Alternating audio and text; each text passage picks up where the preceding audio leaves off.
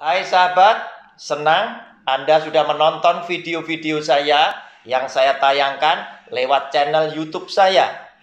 Saya percaya Anda sudah like, Anda sudah subscribe, sehingga setiap kali saya menayangkan video-video saya yang baru, Anda pasti tidak akan pernah ketinggalan. Jika Anda merasa diberkati lewat video-video saya, maka dengan kerendahan hati saya memohon, berkenanlah Anda share juga kepada keluarga-keluarga yang lain agar mereka juga mendapat berkat yang sama. Sengaja video-video saya isi dengan pelajaran-pelajaran Alkitab yang akan menjadi berkat bagi setiap keluarga yang mengikutinya. Mereka akan berhasil mengajar mendidik anak-anaknya menuju kepada kesuksesan, kebahagiaan, dan keselamatan yang Tuhan sudah siapkan. Oleh karena itu, jangan pernah tinggalkan video-video saya. Ikuti terus lewat channel YouTube Roni Suwono. Shalom.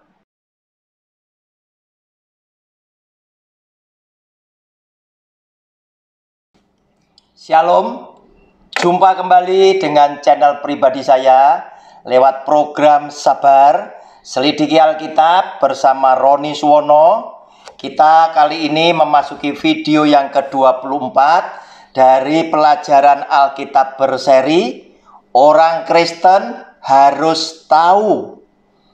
Kita akan cermati judul kecilnya, Cerai Tidak Boleh, Tapi Perceraian Ada. Saudara, saya bacakan lebih dulu lewat Matius pasal 19 ayat 1 sampai dengan yang ke-9. Judulnya Perceraian. Setelah Yesus selesai dengan pengajarannya itu, berangkatlah ia dari Galilea dan tiba di daerah Yudea yang di seberang sungai Yordan. Orang banyak berbondong-bondong mengikuti dia, dan ia pun menyembuhkan mereka di sana. Maka datanglah orang-orang Farisi kepadanya untuk mencobai dia. Mereka bertanya, apakah diperbolehkan orang menceraikan istrinya dengan alasan apa saja? Jawab Yesus, tidakkah kamu baca bahwa Ia yang menciptakan manusia sejak semula menjadikan mereka laki-laki dan perempuan. Dan firman-Nya, sebab itu laki-laki akan meninggalkan ayah dan ibunya dan bersatu dengan istrinya, sehingga keduanya itu menjadi satu daging. Demikianlah mereka bukan lagi dua, melainkan satu. Karena itu, apa yang telah dipersatukan Allah tidak boleh diceraikan manusia. Kata mereka kepadanya, jika demikian, apakah sebabnya Musa memerintahkan untuk memberikan surat cerai jika orang menceraikan istrinya? Kata Yesus kepada mereka, karena ketegaran hatimu, Musa mengizinkan kamu menceraikan istrimu, tetapi sejak semula tidaklah demikian. Tetapi aku berkata kepadamu, barang siapa menceraikan istrinya kecuali karena zina, lalu kawin dengan perempuan lain, ia berbuat zina. Saya lanjutkan sedikit. Murid-murid itu berkata kepadanya, jika demikian halnya, hubungan antara suami dan istri lebih baik jangan kawin. Saudara, garis bawahi ayat yang ke-10. Nanti itu akan menjawab ayat yang ke-9. Saudara, lewat bacaan ini jelas dikatakan oleh Tuhan Yesus, sejak semula Tuhan melarang orang bercerai. Cerai tidak boleh. Tetapi apa yang terjadi? Memang ahli Taurat dan orang Farisi ketika mereka bertanya kepada Tuhan Yesus, kan bukan untuk mengetahui apa yang mereka tidak mengerti, tetapi jelas mereka ingin mencobai Tuhan Yesus. Mereka ingin mencari kesalahan Tuhan Yesus. Dan lebih dari itu, mereka ingin ngukur ilmunya Tuhan Yesus. Apakah betul Yesus Kristus Tuhan mengerti tentang kitab suci? Karena mereka merasa mereka ini orang akademik, mereka ini orang pendidikan, mereka menguasai kitab suci. Ahli Taurat dan orang-orang Farisi merasa dirinya hebat tentang Alkitab. Oleh karena itu, pertanyaan-pertanyaan itu sengaja untuk mencobai Kristus agar supaya Tuhan Yesus salah di dalam hal menjawabnya. Saudara, pertanyaan dilanjutkan. Kenapa Tuhan? Musa kok mengizinkan orang Israel menceraikan istrinya dengan diberi surat cerai? Nah, saudara, kembali Tuhan Yesus harus menyampaikan, sesungguhnya sejak awal bukanlah demikian. Tuhan tetap melarang orang bercerai karena Tuhan menciptakan laki-laki, Tuhan menciptakan perempuan, dan perjodohan ini diakui oleh Tuhan. Sepertinya Dia yang menjodohkan, walaupun pada kenyataan ada banyak orang di tengah perjalanan mereka berkata, aku sudah tidak bisa hidup lagi dengan pasanganku, lebih baik bercerai.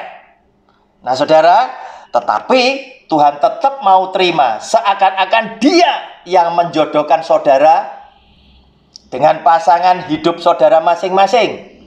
Nah, saudara, ketika orang bercerai sebetulnya sudah melanggar firman Tuhan, karena Dia berkata, demikianlah mereka bukan lagi dua, melainkan satu. Oleh karena itu, apa yang sudah dipersatukan oleh Allah tidak boleh diceraikan oleh manusia.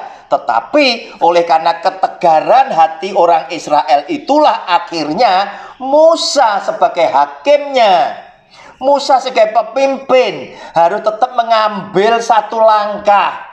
Sama seperti zaman sekarang, ketika perceraian terjadi, tidak semua gereja berani bersikap. Nah, saudara, Musa adalah pemimpin yang berani pasang badan atas apa yang dia ambil.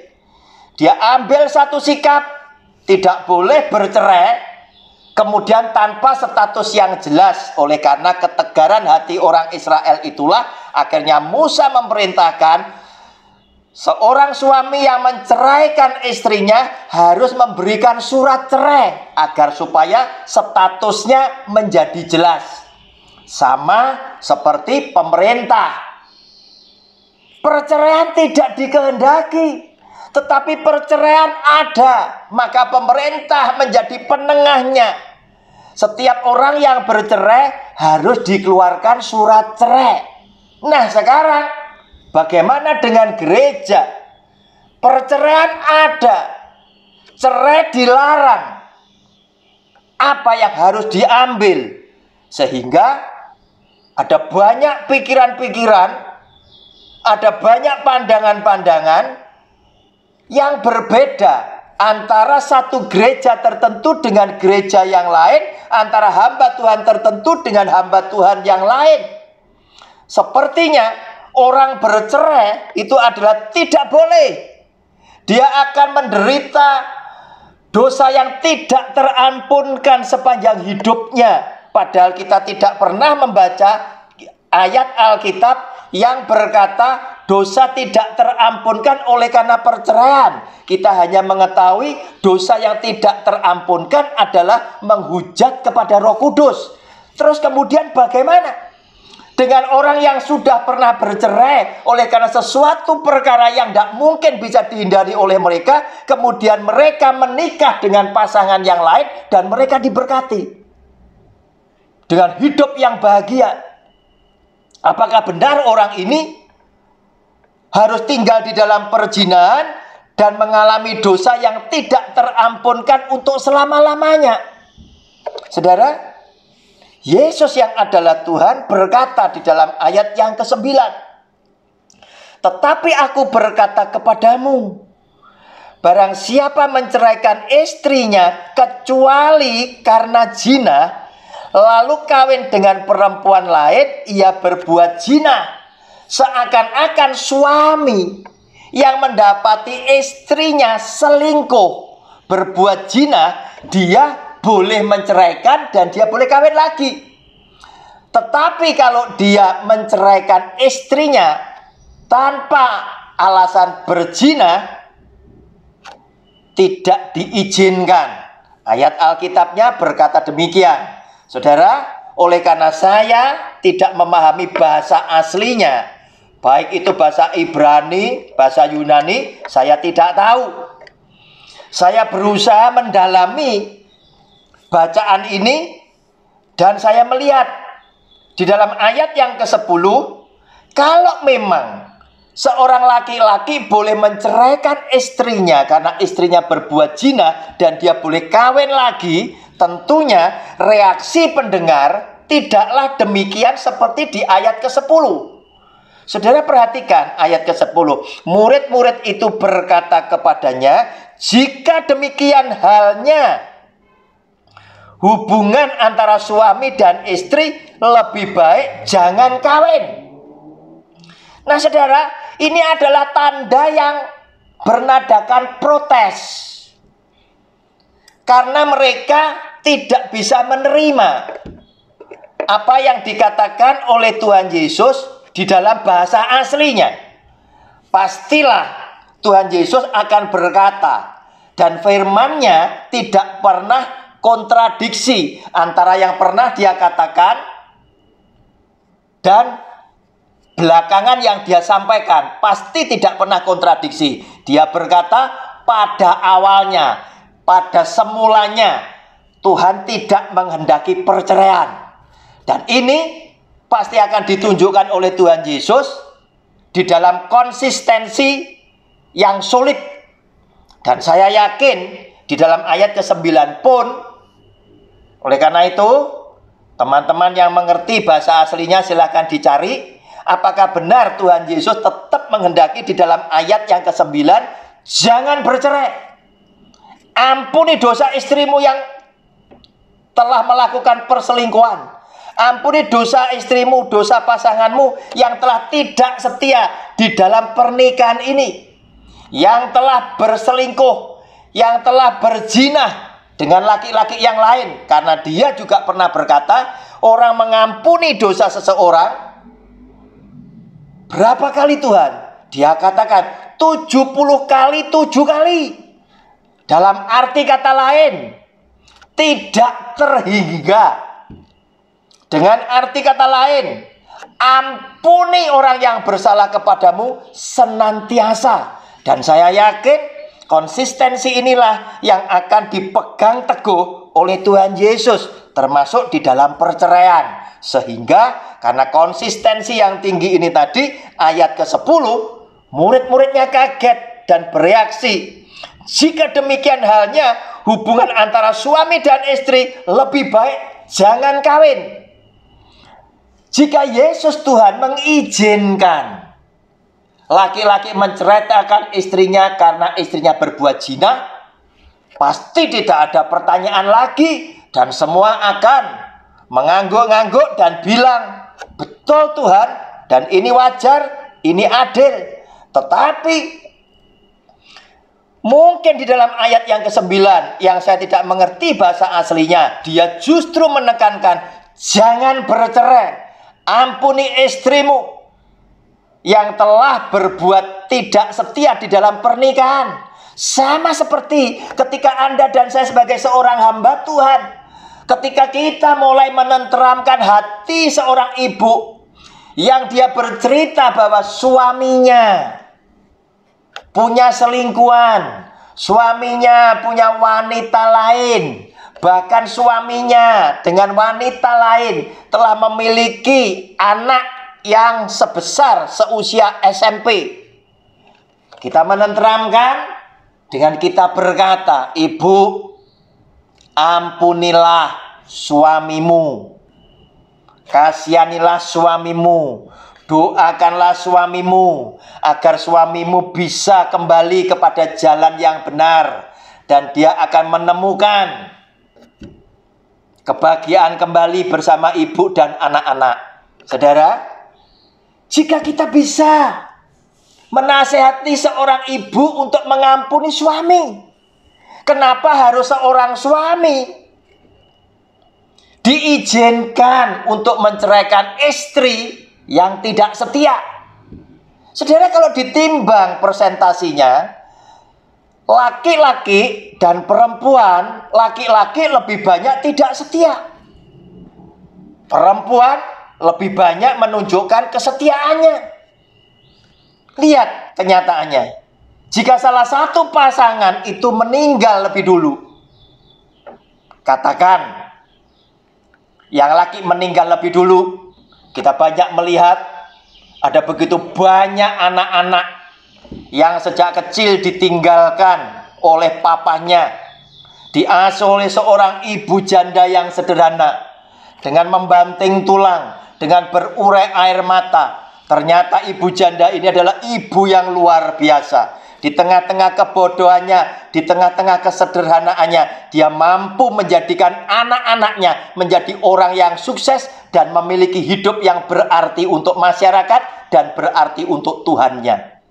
Dan kita mulai berkata, memang yang namanya perempuan itu hebat. Kelihatan lemah, tetapi dia sesungguhnya adalah orang yang kuat. Dia luar biasa. Dia tahan banting. Padahal dia bukan orang yang pandai. Tetapi ternyata dia mampu membesarkan anak-anaknya yang membutuhkan banyak pemeliharaan, yang membutuhkan banyak perhatian, yang membutuhkan banyak biaya. Oleh karena itu, orang mengakui single parent yang hebat adalah perempuan. Kenapa demikian? Karena pada kenyataannya kita melihat yang jika meninggal yang perempuan dulu. Laki-laki suka main drama Korea, menangis dengan meraung-raung kepada sahabatnya, selalu berkata, kenapa yang dipanggil Tuhan bukan aku lebih dulu? Kenapa harus istriku yang aku cintai? Seakan-akan dia betul-betul kehilangan istri yang selama ini menjadi pendampingnya yang setia. Dan dia selalu mengumbar janji, mengumbar kata-kata bahwa tidak mungkin aku akan menikah lagi, karena tidak ada orang yang bisa menggantikan aku kecuali istriku. Yang mendengar bisa terharu, saudara. Yang mendengar bisa ikut hanyut di dalam kesedihan orang ini. Karena dia mengatakan dengan isak tangis, dia mengatakan dengan raut muka yang sangat sedih. Dan dia mengatakan bahwa anak-anaknya itu butuh kasih sayang yang aku tidak bisa berikan kecuali dari mamahnya. Saudara, membuat kita ikut menangis. Tetapi apa yang terjadi? Seringkali kita menyaksikan belum 1 tahun atau mungkin belum 40 hari istrinya dimakamkan, laki-laki sudah punya teman yang lain. Dan dia langsung mengubah bagaimana cara dia berbicara. Dan dia berkata, ya namanya orang hidup, yang dibutuhkan adalah teman untuk ngobrol, teman untuk ngomong-ngomong, teman untuk berbagi kasih. Dan kenyataannya memang hidup sendiri itu berat. Oleh karena itu saya ingin supaya punya teman dan punya orang yang lain yang bisa mengawasi anak-anak saya. Saudara, itulah laki-laki berbeda dengan seorang ibu.